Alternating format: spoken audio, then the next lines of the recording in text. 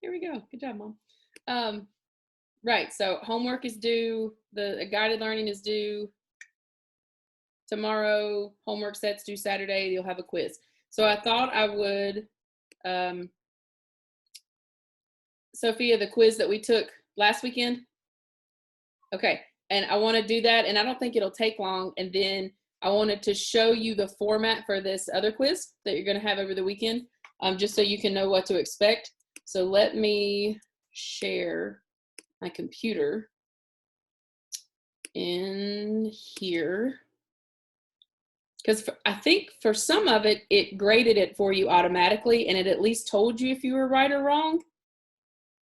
Yes, no, maybe so. You guys haven't looked back at your quizzes? Oh, okay. I think it should have at least told you if you were right. It didn't. That's fantastic. Okay, well, it was supposed to. Still fine-tuning this as you learn quiz miss. All right, so the quiz looked like this. On question 1. And we're in calculus. Okay, so I have to go and manually grade question 1. It says, what makes the value of a critical number for a function? Oh, excuse me.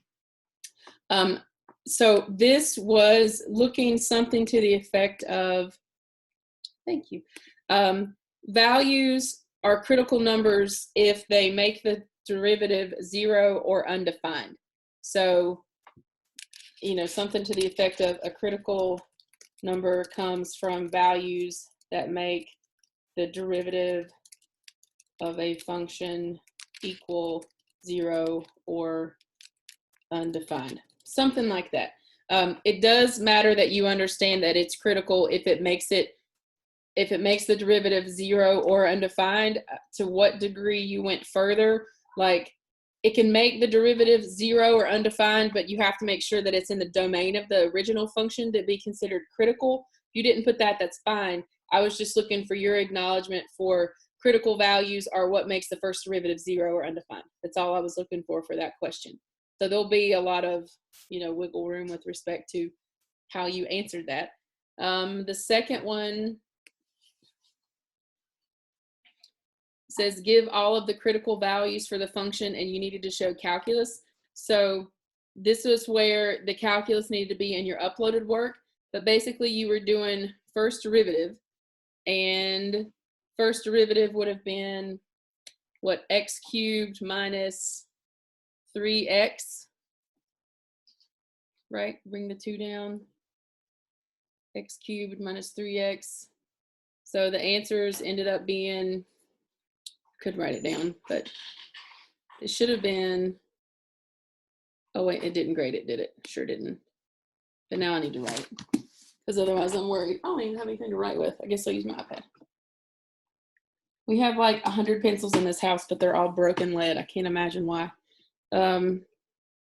X to the 4th minus 3 halves x squared plus 1. So let me come back to this. Share my iPad. Wish this were easier to go back and forth between. Give all the critical values. Okay, if it would like to show.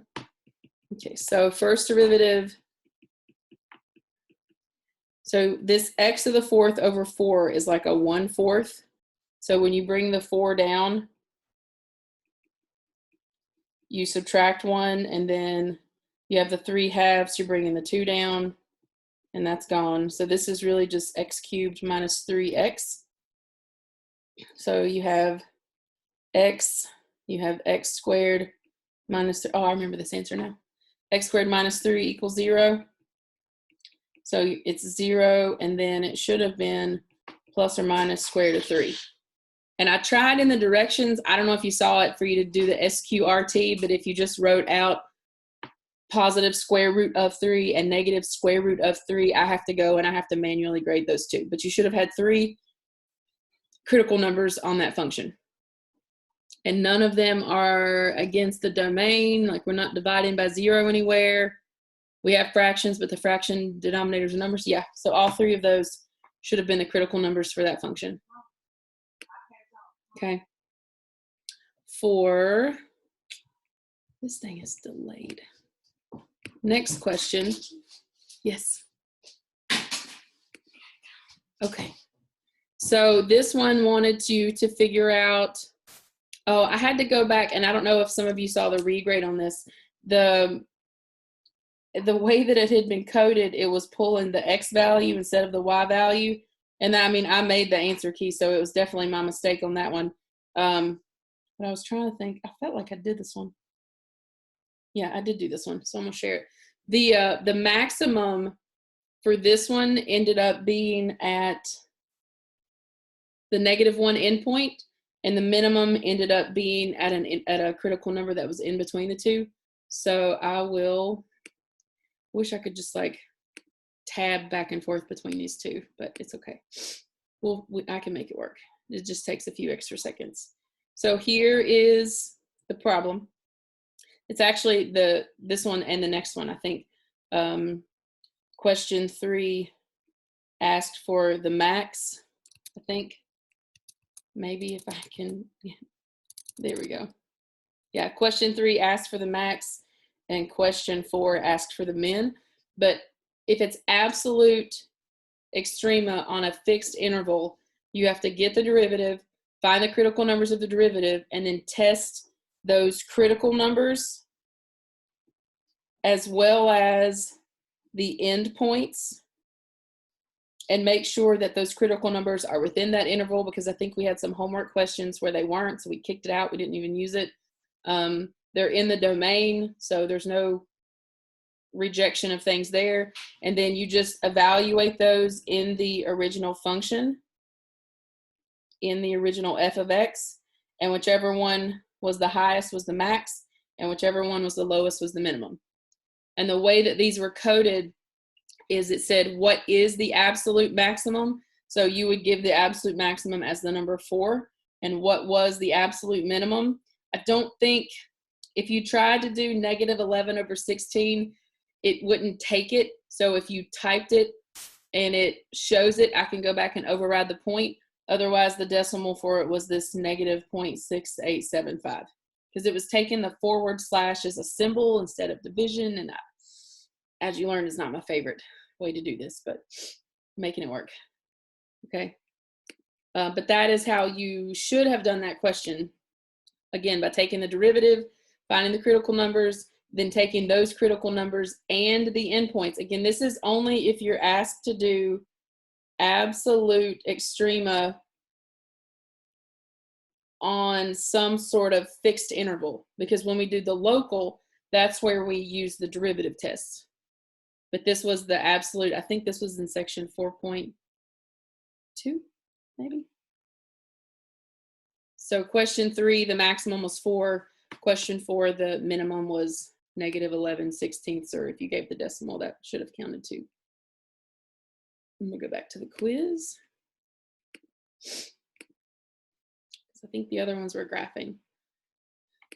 Yeah, question 4, same function, minimum. Again, that was the one that was the decimal answer. Question 5 and 6 were the same picture. It gave you the graph of the derivative and asked you for intervals where the original function was increasing. So the way that this worked, and we talked about it for several class meetings now, is anywhere the derivative is positive is where the original function increases. So if you look at this graph, it's not the best resolution. Anything below the x-axis, so here's x-axis, any portion of the graph that's below it is considered negative. Any portion that's above it is considered positive. So increasing for a function is where the derivative is positive. So this one is positive, like the picture of the graph, from -3 to +3. So as long as you put -3 like that, I think this one graded it right or wrong. It should have automatically done it because of the way it was coded, but it should have been just -3 to 3. You shouldn't have used brackets, but if you did, I don't think Sapling would have counted it wrong either. It's just the acknowledgement that it's from -3 to 3. So if you put that, that was right. If you didn't, it's not where this picture is increasing, it's where the function, and this is the graph of the derivative. So for this question, the function is increasing where this picture is visually positive from -3 to 3. And then on the next question, it says, on what intervals is the graph of the original function decreasing? And again, this is a graph of the derivative, but anywhere this derivative graph is negative, then the original function decreases. So again, at that -3 and 3, it'd be everything under -3 and everything above +3. So the expectation here would have been like -infinity to 3, to -3 union 3 to infinity. But some of you found if you did I and F instead of the word infinity, it probably counted it wrong. That's why in the directions I tried to use infinity and -infinity when appropriate.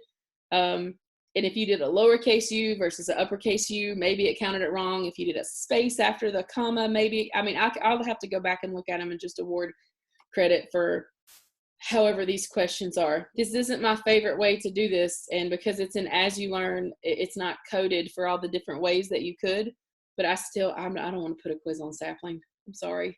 I just don't. I'd rather have you do it by paper and then upload your work and manually grade it before I would want to give it in Sapling. Okay. Then the last two were just you agreeing to the, this is the university's academic integrity code that discusses cheating. This is going to be on everything that you take from me, quiz and test. So all you got to do is agree to it, because if you don't, you don't get the point for it, but I don't know why you wouldn't. And then the last question is where you attach your work.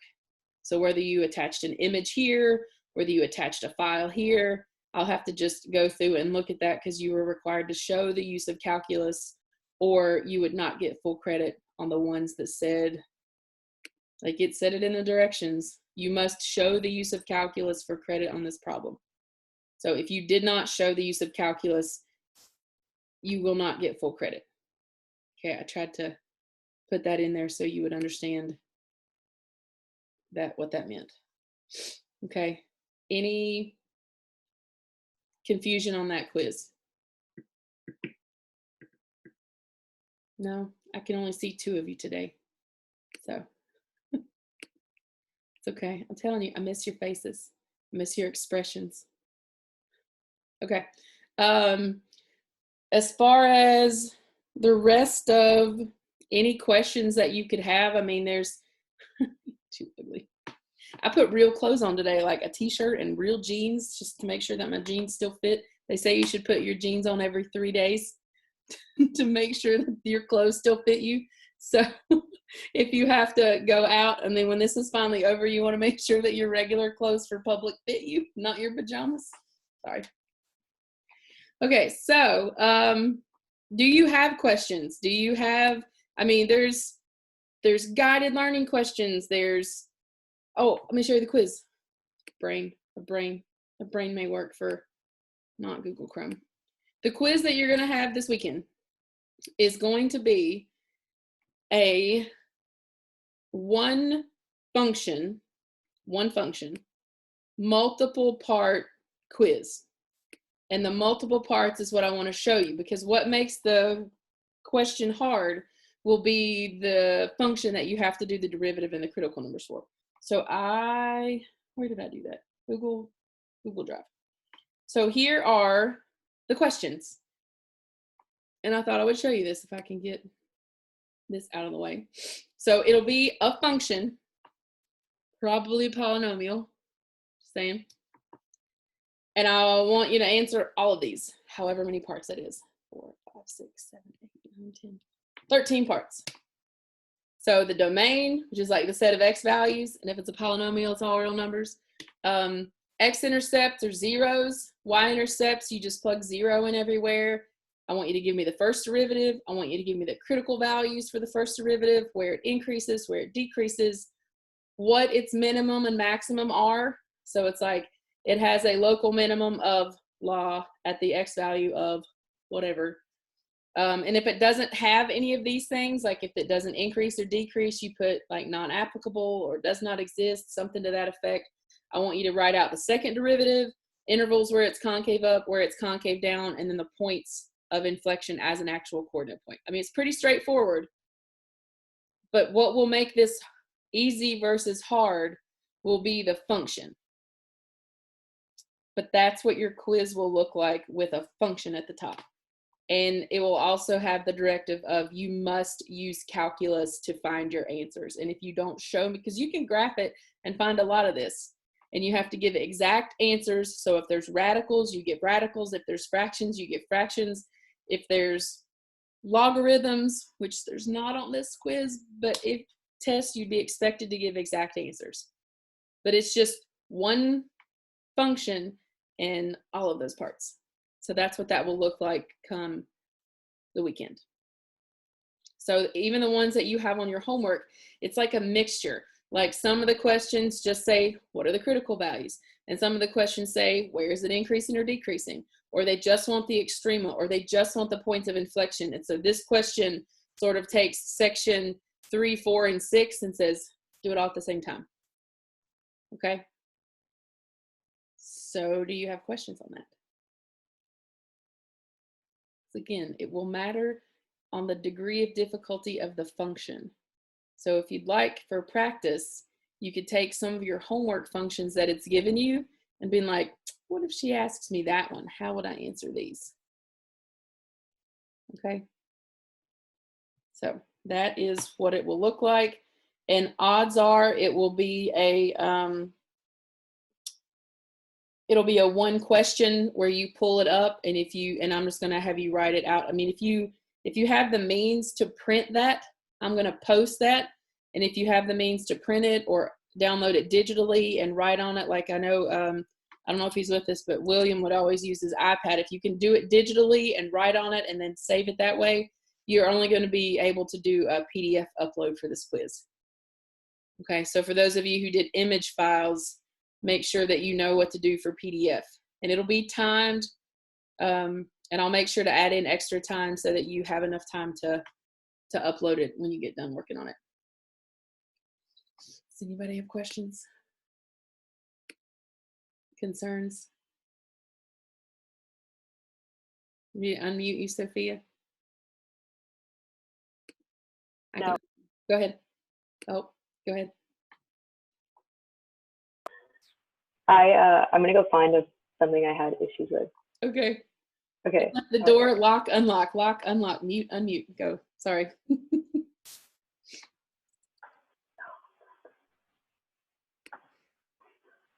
I'm assuming sapling, right? Yeah, it was the 4.4. I think you went over it, and I think it was the day I came in late because I'm a slacker.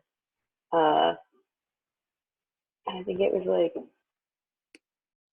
like the sine of t equals cosine of something, and then it was like on an interval of the unit circle. But we did do a trig one for I think the last 2 days.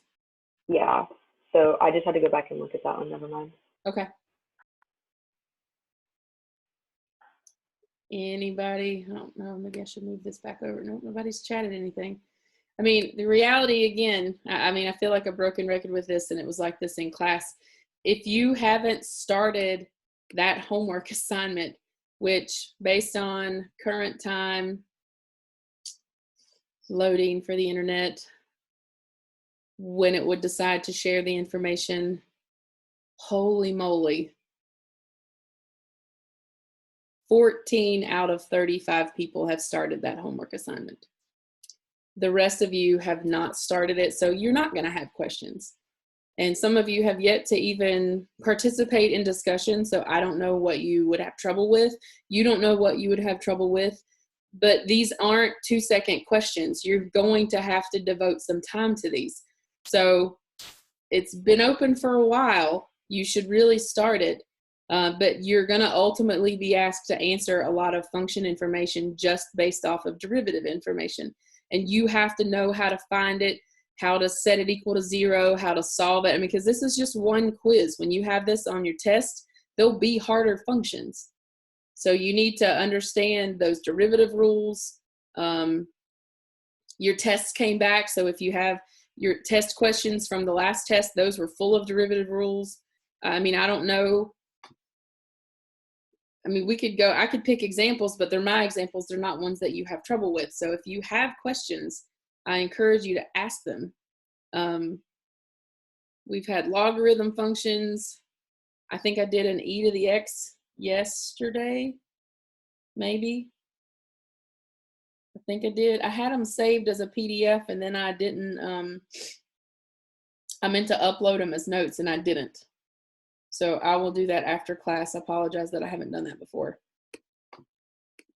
Okay. So yeah, I did, I mean, like I said, I don't know. I mean, after this, we're gonna move into some optimization, which is minimizing and maximizing functions, and the functions get crazy, and then you have to build area formulas and volume formulas, and so you still, the critical points are critical, for lack of a better word. Your ability to understand what these questions are asking you. I mean, I could click on questions all day, but it's you are the one that have to know how to do this. If you're given the derivative function, you need to know where it's positive and negative. Like some of these in 4.4, I don't know that you can see this on the screen too good, but this is the derivative graph and it wants the critical numbers for the function. I mean, this is like one of the quiz questions. Critical numbers are where the derivative is 0 or undefined. So it's like -15 and 0 and 5. Okay. And then you have to figure out, where is it increasing? Where is it decreasing? Where is their minimums? Where are their maximums? So, you know, if you go positive to negative, that's like increase to decrease. So there's a max there. If you go negative to positive, like it does here at 5, negative to positive, that'd be a minimum there. Okay. So it's your ability to be able to read these questions based on the graph that it gives you, based on the function, taking the derivative. This took a minute. I think we did one like this the other day. Sometimes when the extrema or the points of inflections happen at radicals, like cube root of 11 or square root of 3/5, you have to know how to give those exact. So be really careful not to do the decimals for those, because it's going to want some kind of exact answer, and so will I. That's a fun one. I don't know how many of you have gotten through to that one.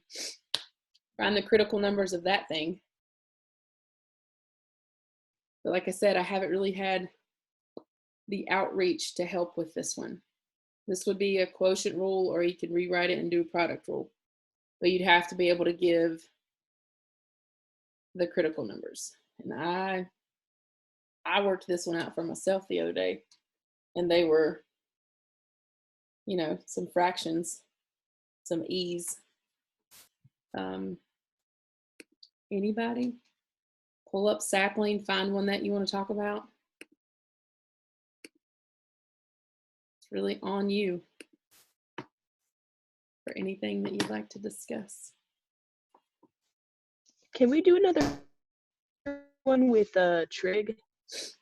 We can. I can look in the book, or I can pull one from here. I don't know how many are trig related. I feel like this is the one that we did. Does this look like one that we did? I feel like we've done this one. And I don't know if they're labeled very nicely in your actual homework. So the one that it was a trig one, wasn't it, Jeremy? But it was on the guided learning, I think. But if it's the one with the double angle, I'm probably gonna just not do that one with this one. What the heck? Sapling. There's literally nobody else here on the internet. I don't know why this is being slow.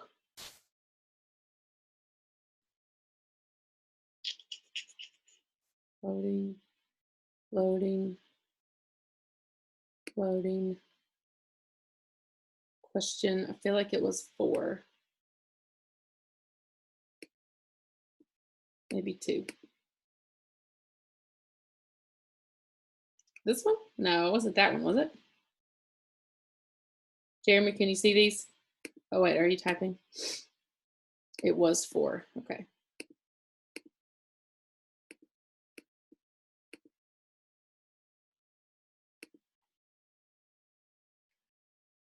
Question view. So I feel like this is the exact same one from the other question that was on the homework. Which I mean, I don't mind talking about it again, but I swear this is like the exact same question from the the homework 8. And it uses the square root of 3. So again, I feel like, let me see here real quick. If I can pull up. It's not on that one. Check one more place. Square root of 3 sine plus cosine. So it almost looks like square root of 3 negative square root of 3 sine x plus cosine x. Okay, let me.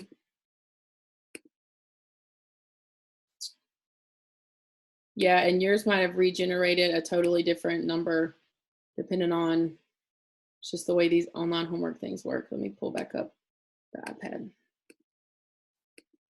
Because here's one that we did a couple days ago. Not the green up top, but the red. Was this root 3 sine minus cosine equals 0. And we had to find, I forget what this one even asked for.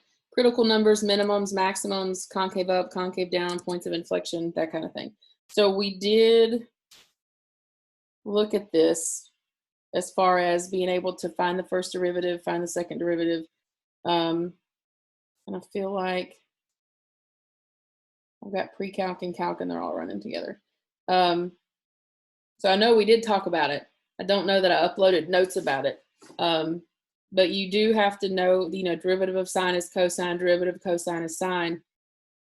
And then when you set that equal to 0, I think this might be the step, like this work might be where those of you that are weak in trig get lost. And your quiz this weekend is not a trig one, by the way. So don't have that on your shoulders worried about it. But you have to, if there's any kind of addition or subtraction and it involves sine and cosine, odds are they'll combine to divide into a tangent or a cotangent. Like I think one of them might have done a cotangent depending on how you would have divided it, but it is 100% unit circle related. So I don't know to what degree the questions that you would have on this one. Like I know that the one I wrote in green was the one on the, that's a however. This was the one that showed up on my 4.4 guided learning number 4, which I know that you guys still have access to, you just can't work on it anymore. Then it was a whole bunch of questions. And I swear that the homework section has one of those in it too. Or maybe I'm thinking of that one because of the concavity issue that some of you emailed about. Maybe that's what I'm thinking about. I think a lot of you had emailed. I think that's what it was. It was the concavity for this one. So -3 sine plus cosine. That's not where that goes.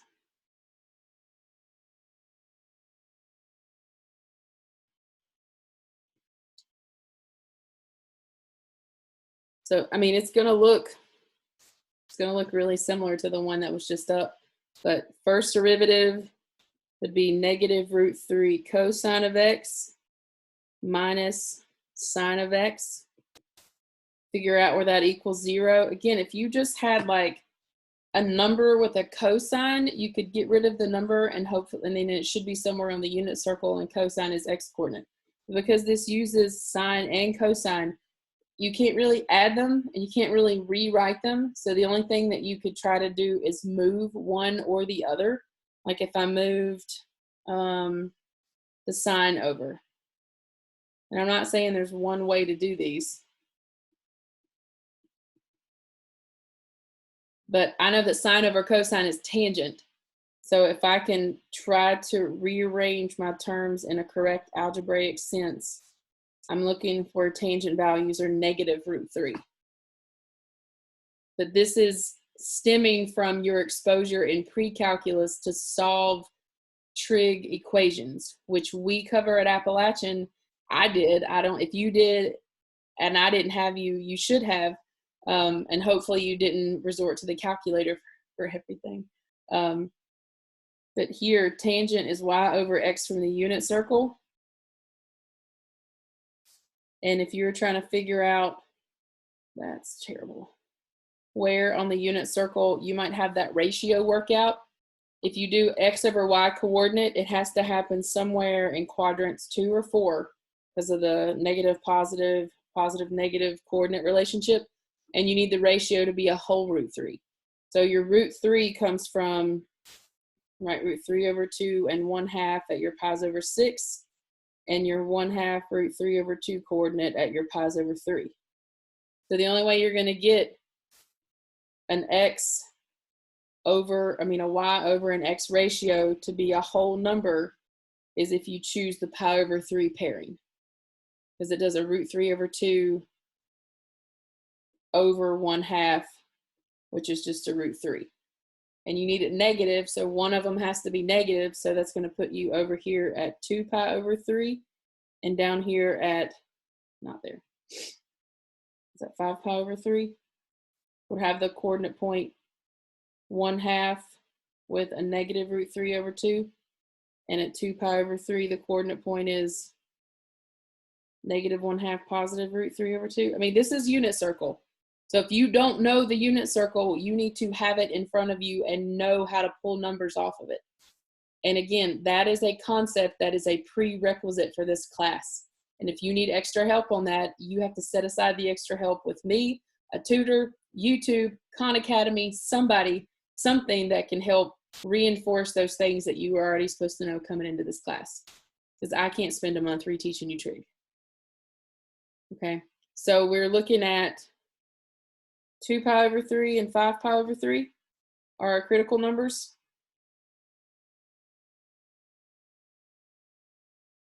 They're in the domain of the original function. There's nothing crazy weird that's going to show up that would make us kick any of these questions out. So is it the critical number part that people think they would have trouble with, or the testing it, or, you tell me, because this is about to end up being like a 15, 20-minute problem. I feel like it's the trig part.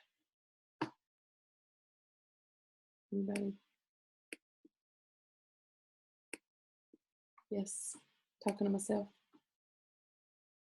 No. You guys are killing me with this. You can make your chart if you're trying to figure out increase and decrease now, right? So 2 pi over 3, 5 pi over 3, put numbers below, in between, above, plug them back into the function, see where they are positive, negative. You could, if I knew how to do this polling thing, I would totally take a poll.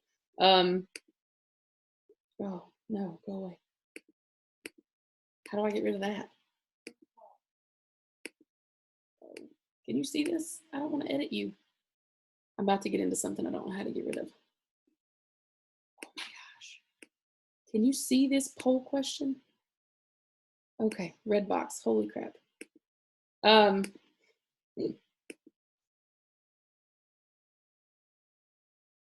You guys are alive and breathing, right?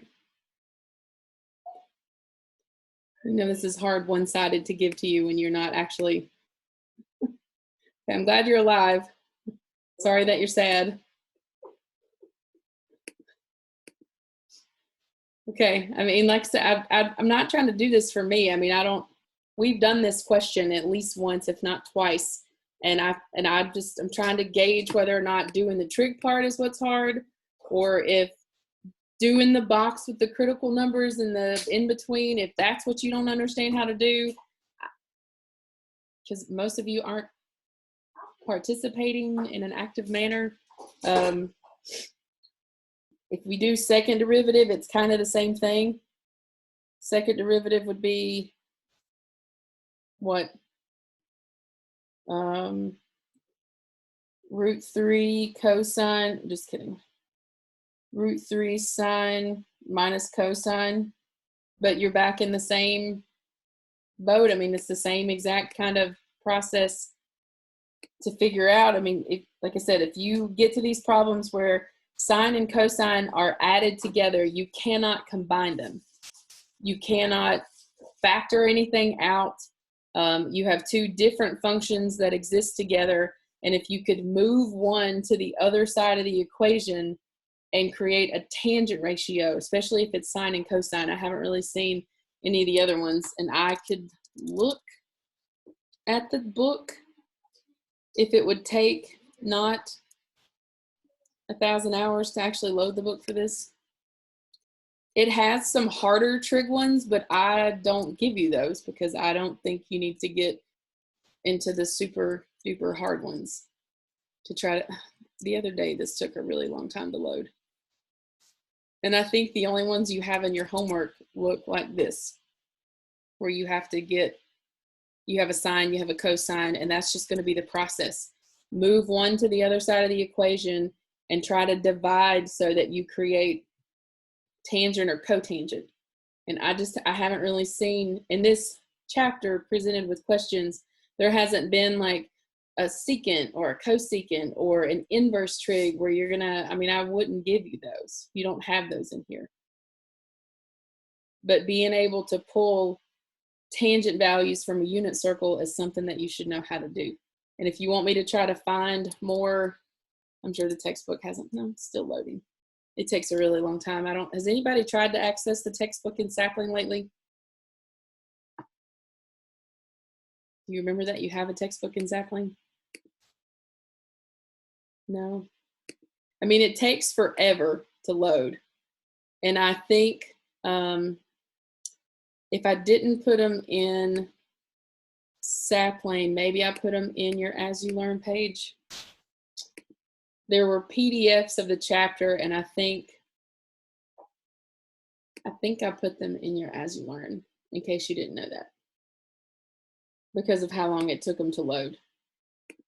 Let me go back here and look. Yep.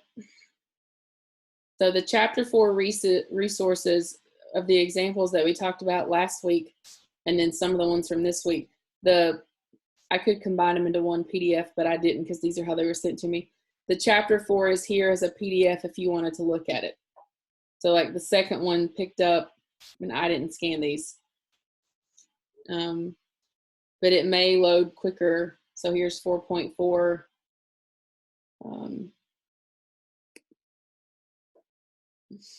It might load, I swear. I don't know why this is, because it's technology and I think I've broken my laptop. Anyway, the book is here. Oh gosh, look, there it is.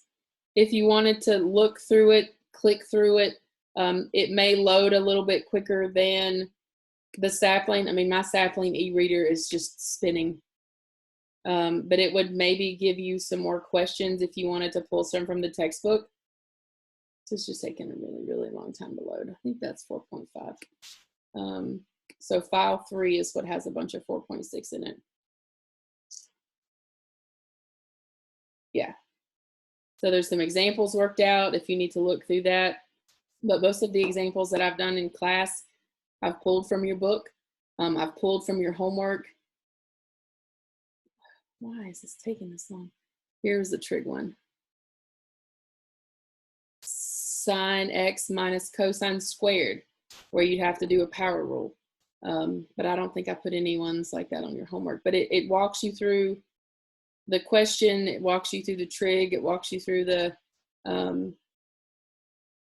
trying to do these. And I just don't think there's that many trig ones in the textbook either. Sine minus cosine, there's a sine plus tangent. Sine squared minus cosine. So, I mean, you don't have a lot of trig ones.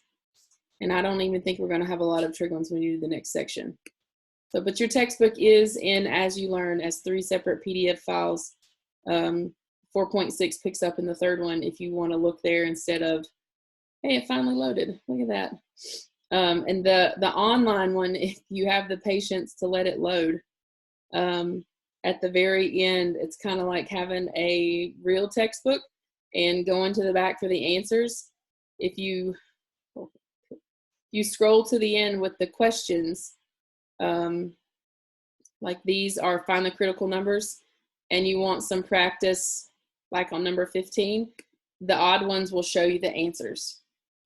And sometimes it'll give you more detailed solutions. Sometimes it'll say show solution versus show answer. But here's another one that we've done. And it, like I said, it's just like having a textbook. Here's one. And it's a math processing error. Imagine that. Fantastic. But there's a trig one that you could practice if you wanted to. Here's another one. We didn't do this. I think I pulled these in that PowerPoint that's posted with the increase, decrease with the graph. Number 39 picks up with ones that want concavity, points of inflection. So any of these polynomial ones would be really good to study for your quiz this weekend. Okay. Not even the rational powered ones, like the straight up polynomials. Those would be good to practice.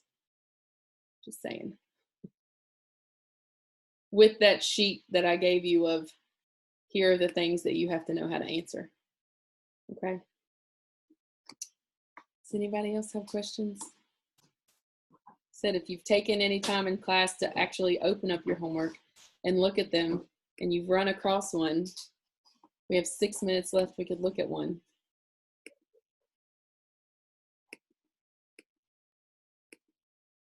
Remember, homework is a required portion. For completion, quiz grades are important. Math lab is open, what is today, Thursday? 4 to 7 through regular math lab, 8 to 11 p.m. on the online tutoring. I don't know if any of you has anybody tried the Zoom math lab?